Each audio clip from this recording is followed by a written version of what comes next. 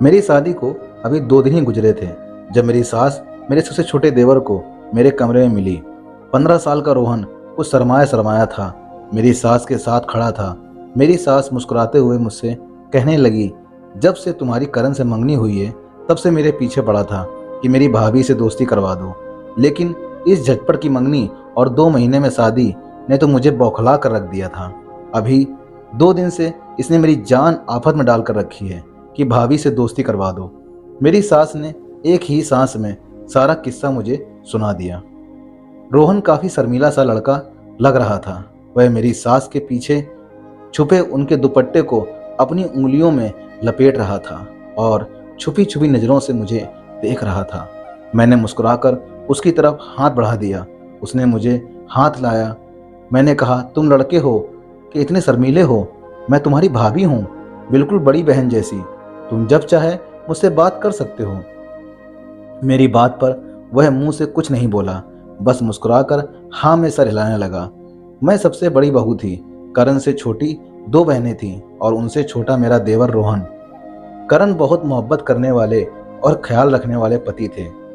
ससुराल वाले भी मोहब्बत करने वाले थे।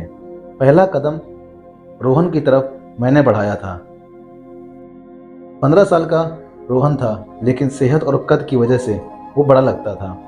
मैं शाम को उसके कमरे में चली जाती और उससे इधर उधर की बातें करने लगती। बहुत जल्द रोहन मुझसे घुल मिल गया था। मेरे कमरे में भी बिना झिझक के आ जाता था। एक बार मैं उसके कमरे में गई तो वह टीवी देख रहा था। मुझे देखकर उसने फौरन से चैनल बदल दिया और घबरा गया। मैं उसके पास जाकर बैठ गई। मुझे उसकी उड़ी हुई रंगत देखकर ना जाने क्यों मुझे शक सा होने लगा। ऐसा भी वह क्या देख रहा था जो मुझे देखते ही चैनल बदल दिया और अब यूं घबरा रहा है जैसे मैंने उसकी कोई चोरी पकड़ ली हो। मैंने उससे प्यार से पूछा कि वह टीवी पर क्या देख रहा था। मेरे सवाल पर वह हैरत का शिकार हो गया। नहीं, मैं सर हिलाने लगा। कहने लगा, कुछ भी तो नहीं भाभी, इस वक्त टीवी पर कार्टून चल रहे थे। मैंने कहा, जो तुम देख रहे थे वो लगाओ।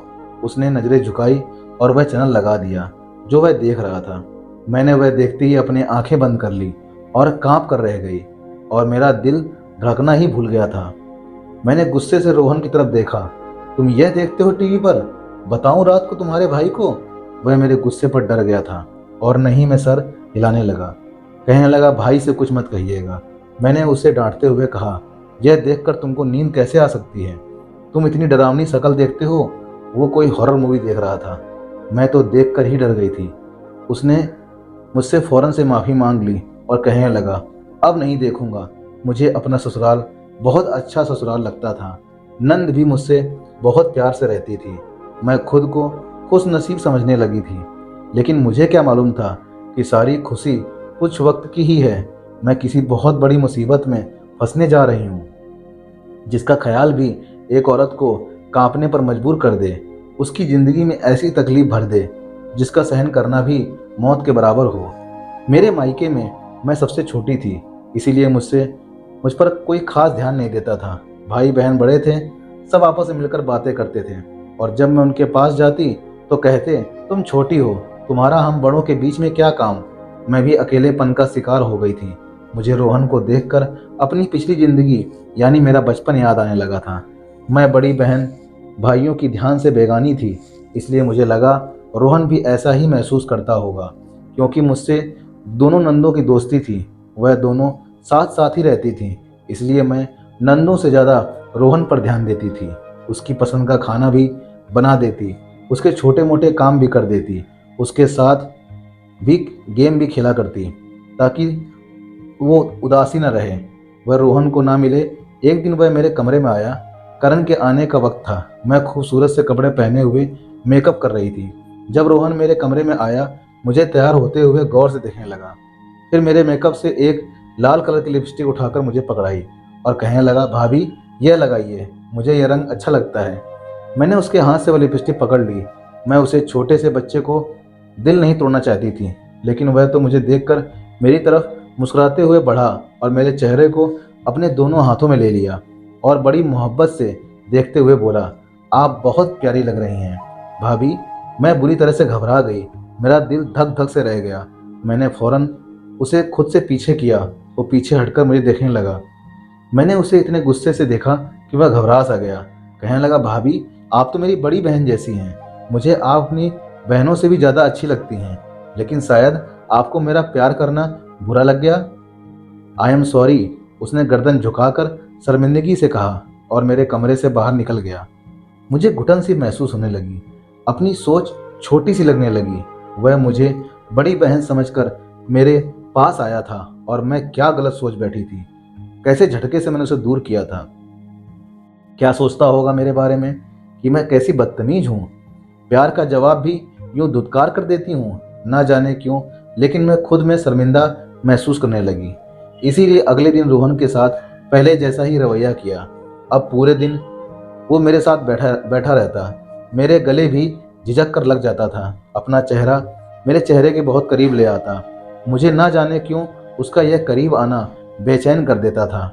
मुझे लगता था कुछ गलत हो रहा है। मेरे अंदर से मुझे कोई यह कहता कि यह सब ठीक नहीं है, लेकिन शैतान इंसान का खुला दुश्मन है। मेरे अंदर बैठा एक शैतान मुझे यह समझाने लगता, वह छोटा सा बच्चा है, मुझसे प्यार करता है, बड़ी बहन समझता है। मुझे भी ऐसा ही सोचना चाहिए। देखने में मैं दुबली पतली सी थी। वह मेरे साथ कद में मुझसे 2 इंच लंबा ही लगता था। जब वह स्कूल से वापस आता, मैं किचन में खाना बना रही होती। वो अंदर आते ही मेरे गले लग जाता। मुझे उलझन सी होने लगती। मैं गर्मी में रोटी बनाते हुए पसीने से तर हुई चूल्हे के सामने खड़ी होती थी। रोहन पीछे रहकर मुझे देख नहीं पाता कि मैं रोटी बना रही हूँ। उसे टोकती तो वह पीछे हट जाता, कहकर कि आप हर वक्त क्यों इतने काम करती रहती हो, कभी तो काम से छुट्टी ले लिया करो। वह बात बदल देता। मेरी यह ख्वाहिश थी कि मैं घर के हर इंसान के दिल में जगह बनाऊं। इसीलिए रोहन की ऐसी हरकतों पर नाराज होने की बजाय मैं उसे मुस्कुराकर कहती कि जब तुम्हारी बीवी आएगी तो फिर मैं छुट्टी करूंगी और वह काम करेगी। मेरी बात पर वो मुझसे कहने लगा कि मेरी दुल्हन आप अपने जैसी ही लेकर आना। मुझे बिल्कुल आप जैसी बीवी चाहिए, क्योंकि आप मुझे बहुत अच्छी लगती हैं। कहते हुए आंखों में बड़े गौर से देख रहा था, एक एक कदम मेरी तरफ बढ़ाते हुए। जाने किस ध्यान में था कि पहली बार उसकी नज़र अपने वजूद के आर पार होती महसूस होने लगी। मेरे पूरे वजूद में वो देख रहा था। मैंने अपना दुपट्टा सही से पहना। मुझे उस वक्त उसकी तारीफ भी अच्छी नहीं लग रही थी। वह अपना चेहरा मेरे चेहरे के करीब रखकर अपनी हथेली से पसीना पोंछने लगा। मैं एकदम से पीछे हटकर सेल्फ के साथ लग गई। फिर वह बोला कि मेरा बस चले तो आपसे एक भी काम ना करवाऊं, रानी बनाकर रखूं आपको। इतनी अच्छी लगती हैं आप मुझे। मेरी धड़कनों का अंदाजा ही नहीं था कि किस तेज रफ्तार घोड़े की तरह बेकाबू हुई हो। ऐसी तारीफ तो मेरी करण ने भी कभी नहीं की थी। एकदम मुझे पीछे हट गई। उसके अंदाज भी बदल गए। आप मेरी बहनों से भी कुछ काम करवाया करें, वह नवाब थोड़ी हैं। मुझे बुरा लगता है कि मेरी बहन जैसी भाभी काम करती रहे और वह दोनों बैठी टीवी देखती रहें। वह बात को बदलने में भी शायद माहिर था। अपने अंदाज भी 1 मिनट में बदल देता था। मैं रोहन की नज़र से उलझने लगी थी। मैंने इस बार उसे सख्ती से कहा कि जाओ तुम अपने कपड़े बदलो, मैं रोटी बनाकर खाना लगाती हूँ। वह किचन से बाहर निकला तो मैंने सुकून की सांस ली। कुछ दिन मैं उससे डरती रही। मुझे अब उसकी नज़र चुभने लगी थी। मैंने एक बार करण से कहा कि रोहन बड़ा होता जा रहा है, उसे उठने बैठने का ढंग पता होना चाहिए, कैसे रहना है। लेकिन उसकी हरकतें बच्चों जैसी हैं। जैसे वह माँ के गले लगता है, मेरे भी ऐसे ही गले लग जाता है। अब मुझे यह सब अजीब सा लगता है। मैंने वह बात इसलिए करण से कही कि वह रोहन को समझाए। मैं नहीं चाहती थी कि मैं किसी भी की नज़र में बुरी बनूं। मैं अगर रोहन को डांटती तो जरूर मेरी सास नंद के सामने यह बात कहती, तो यह समझते कि मैं घर में लड़ाई पैदा कर रही हूँ। हाँ, अगर करण रोहन को मना करते हैं तो वह जरूर एक हद को कायम रखता, क्योंकि बहू के बदले रवैये ससुराल में सबके तेज आंखों से दिखते हैं। लेकिन यह मानने की कोशिश कोई नहीं करता कि वह किस बात पर ऐसा कर रही है। बस उस पर इल्ज़ाम लगा दिया जाता है कि अकेले बहनों के लिए सब कर रही है, किसी से सीधे मुंह बात नहीं करती। इसलिए करण को भी यह बात रोहन को समझानी चाहिए थी। लेकिन करण तो मेरी बात सुनकर हंसने लगे, कहने लगे, तुम भी ना अजीब अजीब बातें करती हो। अरे इतना सा बच्चा है, वह तुम्हें माँ की तरह समझकर प्यार कर लेता है, और तुम हो कि बात को कहाँ से कहाँ लेकर जा रही हो। करण ने इस बात को आम तरह से लिया था। मैं अभी सोच ही रही थी कि किससे बात करूं। ठीक है, वह मुझे बहन समझता है, मैं उसे छोटा भाई समझती हूँ, लेकिन उसकी नज़रें और बातें अजीब सी होती थी। वह बात तो माँ और बहनों को समझानी चाहिए थी ना, कि भाभी बड़ी बहन जैसी होती है, लेकिन कुछ लिहाज भी होना चाहिए। यह बात मैंने अपनी सास से भी डरते डरते कही, तो वह भी हंसने लगी और कहने लगी, तुम हो ही इतनी अच्छी, करण के साथ साथ हम सब भी तुम्हारे दीवाने हो गए हैं। मेरी तो यह दुआ है कि मेरी दूसरी बहू भी तुम जैसी ही आए। मेरी सास ने बात को एक अलग ही अंदाज में ले लिया था। मैं चुप की चुप रह गई। मेरी सास की लापरवाही और मेरे पति का मेरी बात पर ध्यान न देना, उसका खामियाजा मैंने बहुत बड़ा भुगता। मैंने खुद से यह सोच लिया था कि मैं खुद रोहन से दूरी कायम रखूंगी। मैं रोहन के कमरे में जाना छोड़ दिया। उससे ज़्यादा बातचीत भी नहीं करती थी। यह बात उसने भी महसूस की। एक बार कहने लगा, मेरी कोई बात आपको बुरी लगी है भाभी? मैंने कहा नहीं। कहने लगा, फिर मुझसे बात क्यों नहीं करती? मैंने कहा, बस काम कुछ ज़्यादा बढ़ गया है, इसलिए। मेरी बात सुनकर उसने कुछ देर मुझे गौर से देखा, फिर मुस्कुरा कर बोला, आपके चेहरे पर यह जो भोलापन है मुझे बहुत अच्छा लगता है। दिल चाहता है देखता ही रहूं। मैं उसे प्यार से समझाते हुए कहा, मुझे इतनी गौर से मत देखा करो, बुरी बात होती है।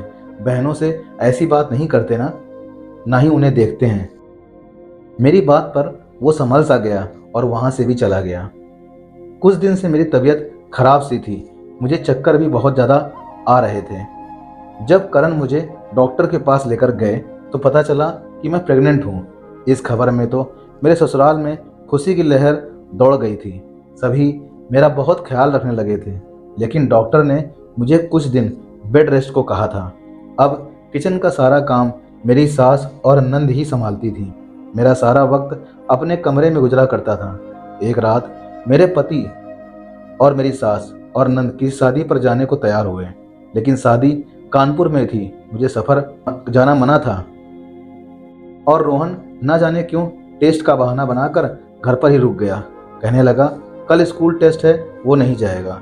मैं अपनी माँ के घर जाने का सोच रही थी, लेकिन रोहन की वजह से मेरी सास ने मुझसे कहा कि तुम घर पर ही रुक जाओ, रात तक हम लौट आएंगे, शादी तो शाम को ही ख़त्म हो जाएगी।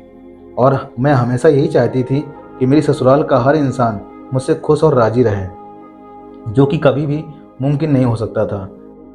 मैं सास की बात मान गई। रात के खाने के बाद मैं अपने कमरे में चली गई, दरवाज़ा लॉक कर दिया। मुझे नींद आ रही थी। फिर यह सब भी कानपुर से निकलने वाले ही थे कि काले बादल, रात के वक्त ऐसा अंधेरा छाया था, ऐसी तूफानी बारिश हुई कि करण ने कहा कि हमारा यहाँ से निकलना मुश्किल है, हम सुबह ही पहुँचेंगे। फिर मुझसे कहने लगे कि रोहन को तेज़ बारिश और बादलों की आवाज़ से बहुत डर लगता है, वह अकेले डर ना जाए, इसलिए उसे अपने कमरे में सुला लेना। यह सुनकर मुझे बिल्कुल भी अच्छा नहीं लगा कि भला उसे क्यों अपने कमरे में सुलाने लगी। रोहन इतना छोटा तो नहीं है कि बारिश से डर जाए।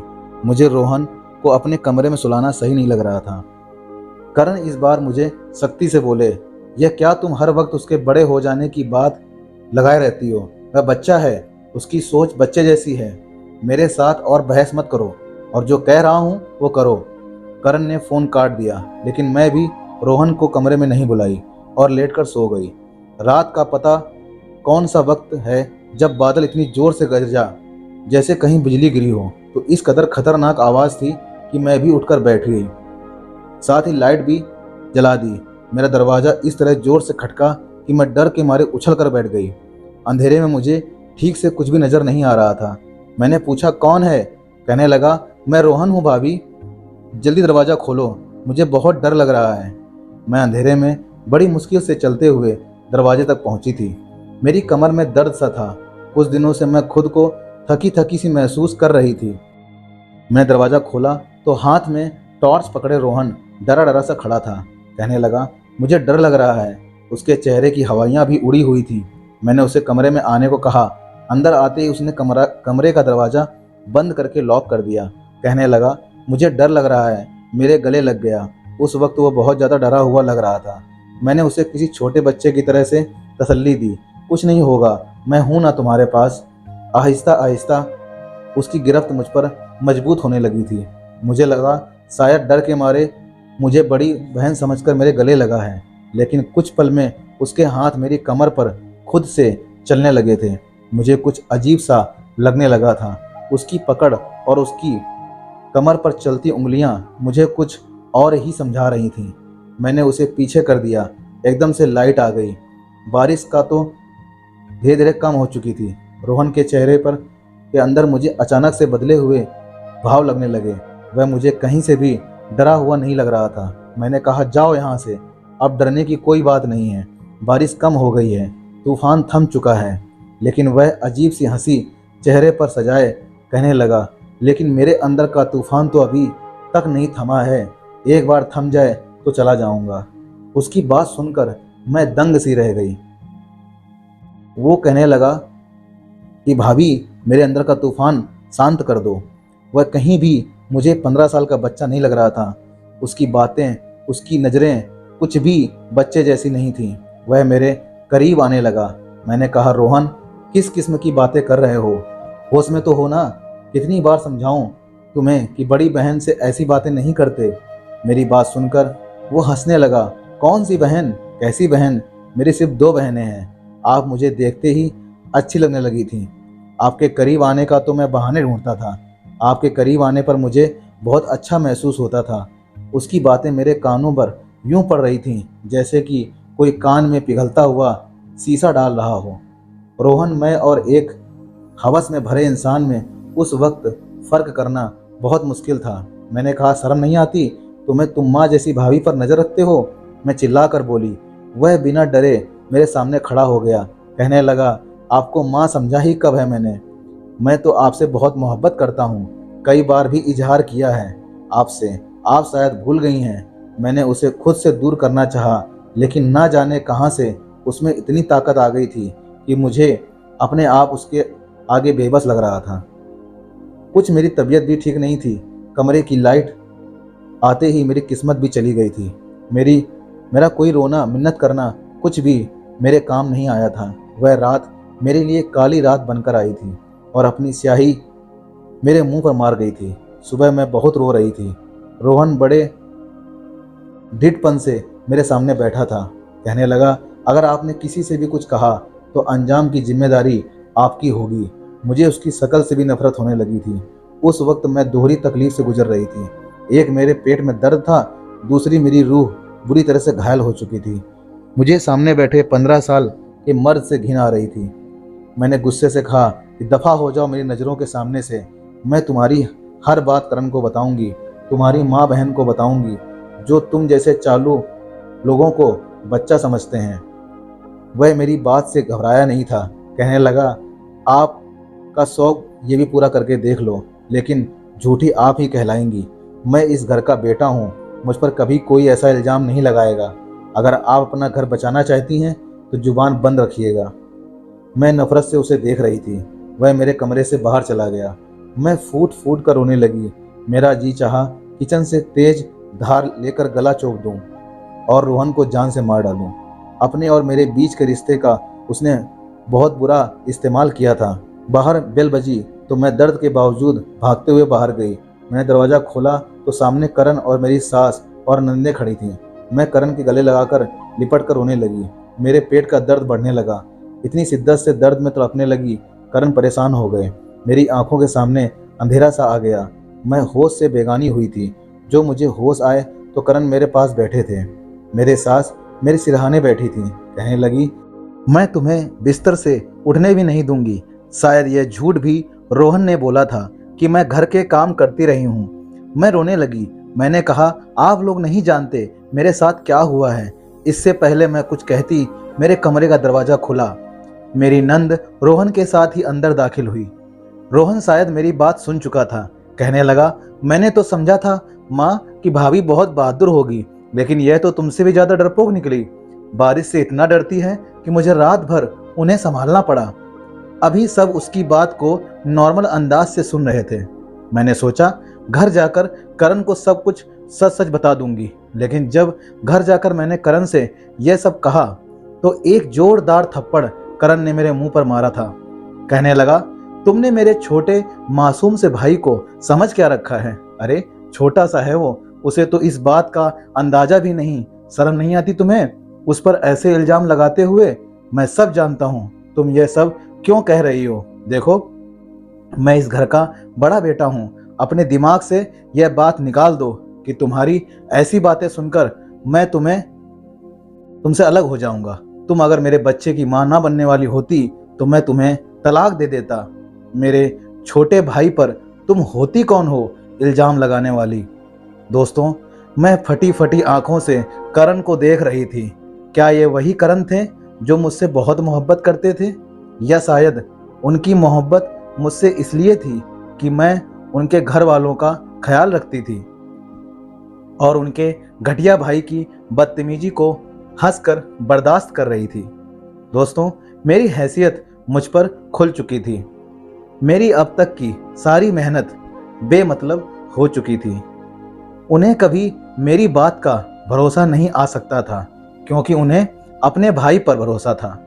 मैंने अपना सामान बांधा क्योंकि मेरे पास इसके अलावा और कोई ऑप्शन बचा ही नहीं था और जाने का फैसला कर लिया। करण से मुझे एक बार भी नहीं रोका। मेरी सास इस बात से एकदम अनजान थी। मुझे यूं बैग उठाकर देखा तो कहने लगी, कहाँ जा रही हो? मैंने कोई जवाब नहीं दिया। करण कहने लगे कि जाने दो इसे, इसका दिमाग बहुत खराब हो गया है, यह पागल सी हो गई है, मायके जाकर सब अकड़ ठिकाने आ जाएगी। मैं खामोशी से बाहर निकल गई। ना तो कोई आपसी पति पत्नी के बीच होने वाली लड़ाई नहीं थी, ना ही कोई आम सी बात थी जिसे मैं इग्नोर करती। मैंने रिक्शा लिया और अपने घर आ गई। सारी हकीकत से अपनी माँ को आगाह कर दिया। वह मुझसे कहने लगी, तुम पढ़ी लिखी होकर कैसे इस तरह से बन गई हो? तुम्हें शुरू से ही उसके सख्त रवैये उसके साथ रखना चाहिए था, वरना यह बात जो तुम अब मुझे बता रही हो पहले कहती तो मैं समझाती कि तुम्हें कैसे रहना चाहिए था। तुमने तो अपना घर ही बर्बाद कर दिया। तुमने अपने ससुराल वालों को राजी करने के चक्कर में अपने ऊपर की सारी बदतमीजी सहन कर परेशान हो गई। लेकिन क्या कसूर सिर्फ मेरा था? मैंने तो करण से भी बात की थी और अपनी सास से भी, लेकिन उन्होंने मुझे इस बात पर सीरियस बिल्कुल लिया ही नहीं। उन्हें केवल अपने बेटे को ही समझाना चाहिए था। बच्चे को, जिसको 15 साल का बच्चा समझ रहे थे, उसे समझाना चाहिए था कि देवर भाभी के बीच की दूरियां जरूरी होती हैं। एक दिन मुझे एक अननोन नंबर से कॉल आई। उसकी आवाज़ रोहन जैसी थी। वह रोहन ही था। कहने लगा, मुझे माफ़ कर दें और घर वापस आ जाइए। भाभी, मैं आपका आइंदा कभी परेशान नहीं करूँगा। मुझे अपनी गलती का एहसास हो गया है। असल में मेरे दोस्त अच्छे नहीं थे, वह मुझे गलत गलत फिल्में दिखाते थे। जिस दिन आपने मुझे चैनल बदलते देखा था, मैं हॉरर मूवी नहीं बल्कि एक गलत फिल्म देख रहा था। बस ऐसी चीज़ देखकर मैं बहक गया था। मुझे माफ़ कर दें और आप वापस आ जाएं। मैंने कहा, जो तुमने किया वो गलती नहीं, पाप था। मैं तुम्हें कभी भी माफ़ नहीं कर सकती। उसमें कसूर तुम्हारा घर वालों का भी है, जो तुम्हारी हरकतों पर आंखें बंद करके तुम्हें बस बच्चा ही समझते रहे। मैं तुम्हारे भाई से तलाक ले लूँगी, मुझे तुम लोगों की शक्ल तक नहीं देखनी है। यह कहकर मैंने फ़ोन कट कर दिया। मेरे घर बेटा हुआ था। उसके बाद मैंने करण से तलाक ले ली। इस रिश्ते का यही अंजाम होता है। औरत को शादी के शुरू में ही देवर की हद बता देनी चाहिए और घर ससुराल वालों को भी अपने बच्चों के रिश्तों की हदें बतानी चाहिए ताकि किसी का घर उजड़ने से बच जाए। मैं अपने पति से तलाक इसलिए ली थी क्योंकि एक औरत अपने पति के भरोसे से ही ससुराल में रहती है, और जब उस पति ने ही अपनी बीवी पर भरोसा ना हो तो ऐसे पति के साथ रहने से अच्छा है कि वह उसे छोड़ दे। दोस्तों, इस तरह की घटनाएं और भी कई जगह पर होती हैं जहां पर सास ससुर, पति पत्नी, भाई बहन और देवर भाभी के बीच में रिश्तों में बहुत सी चीज़ें ऐसी हो जाती हैं जिनका अंदाज़ा नहीं मिल पाता है। दोस्तों, अगर आपको कभी भी लगे कि कोई भी रिश्ता गलत हो रहा है तो उस पर तुरंत आवाज़ उठानी चाहिए।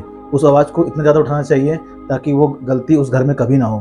दोस्तों, अगर कहानी अच्छी लगी हो तो चैनल को कमेंट करके बताइएगा कैसी लगी कहानी, और साथ ही साथ चैनल को लाइक, सब्सक्राइब और शेयर करना बिल्कुल ना भूलिएगा। मिलते हैं इस तरह की अच्छी और सच्ची कहानी में। तब तक के लिए जय हिंद, जय भारत।